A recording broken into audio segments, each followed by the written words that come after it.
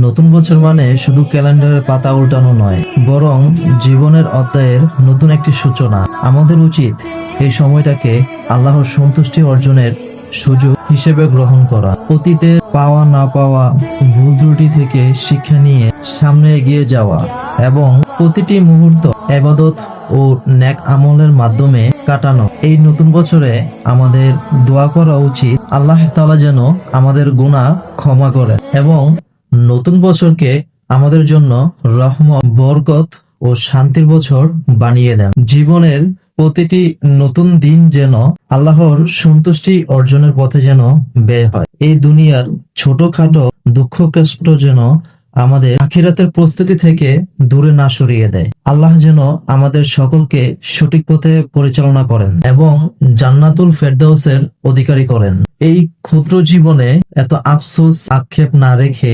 জীবনটাকে উপভোগ করুন, হাসি খুশি থাকুন, নিজের যত্ন নিন। নতুন বছর আমাদের হোক সফলতা এবং শান্তি, হেদায়েতের বার্তা। আমিন সুম্মা আমিন। সকলকে নতুন বছরের শুভেচ্ছা। Happy new year 2026।